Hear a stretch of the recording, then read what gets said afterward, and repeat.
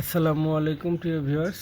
এখন দেখছেন আপনারা যে এই দোয়া কার্ডটি, এই দোয়া কার্ডটি হচ্ছে ঘর থেকে বের হওয়ার দোয়া।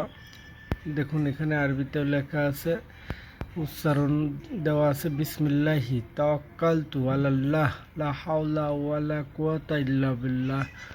অর্থ, আল্লাহর নামে বের হলাম, আমি আল্লাহর উপর ভরসা করছি, আল্লাহ তাআলা ছাড়া কোনো শক্তি সামর্থ্য নাই। সহিহ ইবন হিব্বান, হাদিস নম্বর 2375। প্রিয় ভিউয়ার্স, বাসা থেকে যখনই বাইরে যাবেন তখনই এই দোয়াটি পাঠ করবেন, অবশ্যই সফল কাম হবেন। কারণ সব কিছুর উপর একমাত্র আল্লাহর শক্তি সামর্থ্য ছাড়া অন্য কোনো শক্তি সামর্থ্য নেই। কারণ আল্লাহ একমাত্র সৃষ্টি জগতের স্রষ্টা। আল্লাহর উপর ভরসা করা ছাড়া আমাদের কোনো উপায়ও নেই।